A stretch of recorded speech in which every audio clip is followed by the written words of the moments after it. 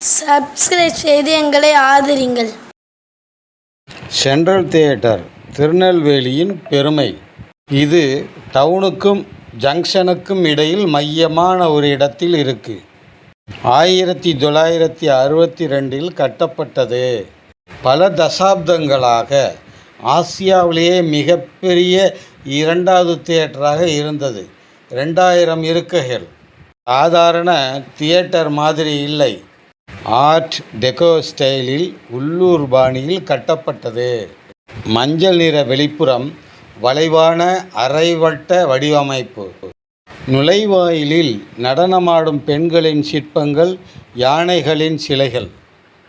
உள்ளே எங்கே உட்கார்ந்தாலும் திரை தெளிவாக தெரிகிற மாதிரி இருக்கை வசதி.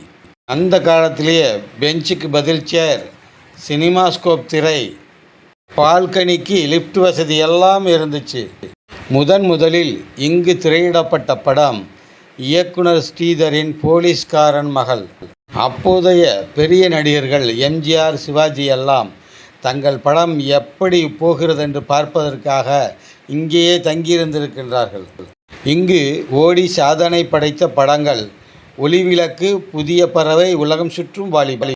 அந்த 7 நாட்கள், முந்தானை முடிச்சு, அபூர்வ சகோதரர்கள், சூரிய வம்சம்.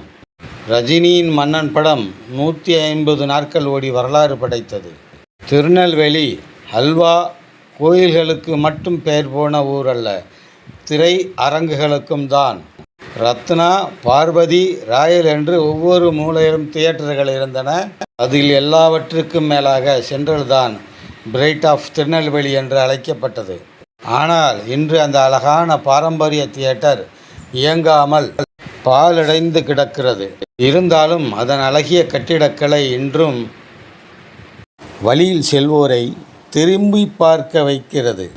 இது ஒரு உண்மையான ஹெரிட்டேஜ் மூவி ஹால்.